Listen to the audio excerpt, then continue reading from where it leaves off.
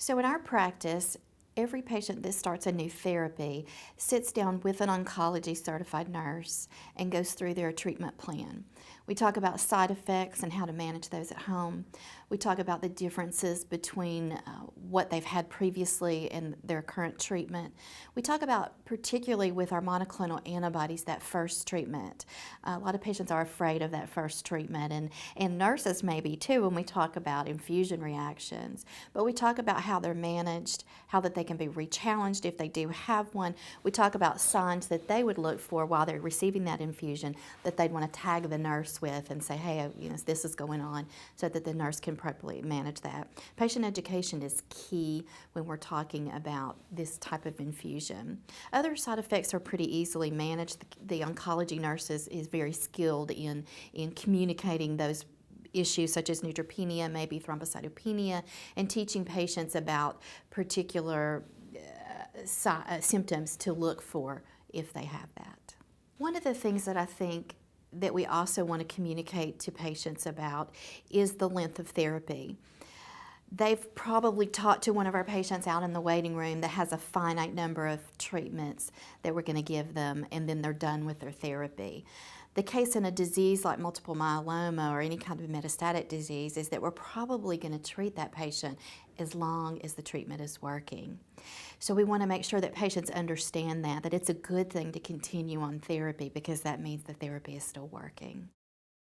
How I approach a new change in therapy with a patient is to sit down, to first go over the new drug that we're adding to the regimen. So with the monoclonal antibody, we want to talk about what are those expected side effects, the mechanism of action, those things. I like to provide patients with a handout because I find that they can be very overwhelmed at their visit with us. It's a new change, which means that they're probably progressing.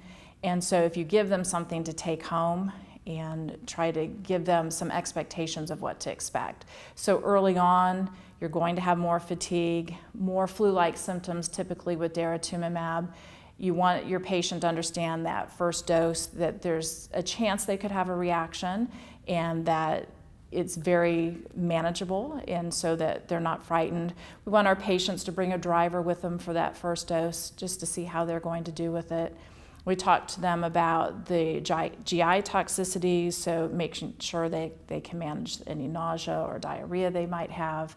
Talk to them about how to manage the fatigue, but then also the count issues. They're going to be coming in once a week, so therefore we're having regular blood labs we're having labs every week, and so we can help manage that neutropenia if that comes up. A lot of times we have to go ahead and add a growth factor to stimulate their white cells. And so you want to talk to patients about that, because that adds on another side effect, and that potential bone pain, things like that. When we're changing a patient to elotuzumab, we again want to have handouts for the patient, talk about the drug, the mechanism of action.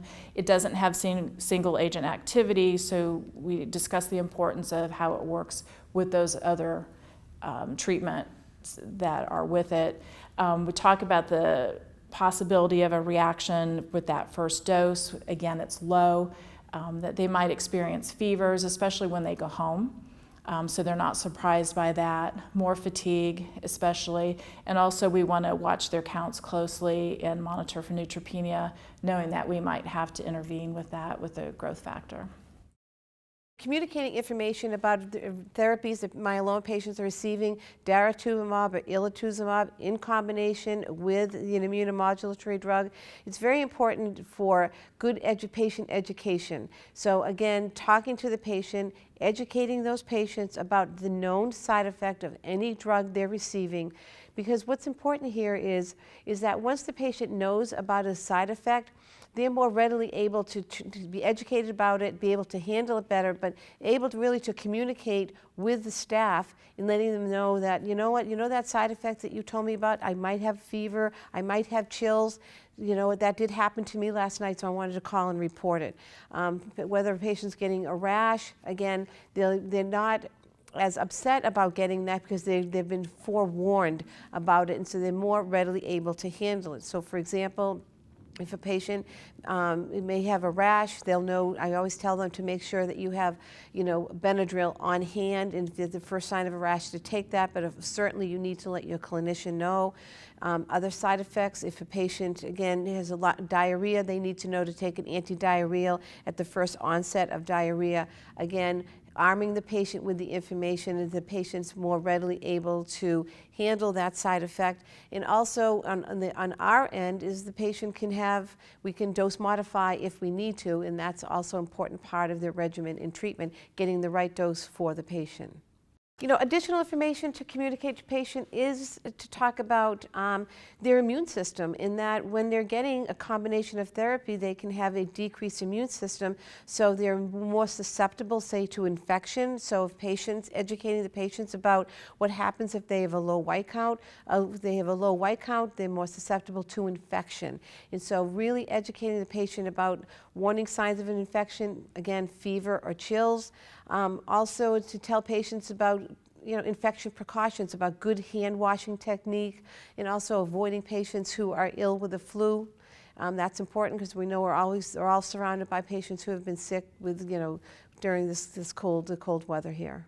And also educating patients about signs and symptoms of a thrombotic event, such as a deep vein thrombosis or a pulmonary embolism.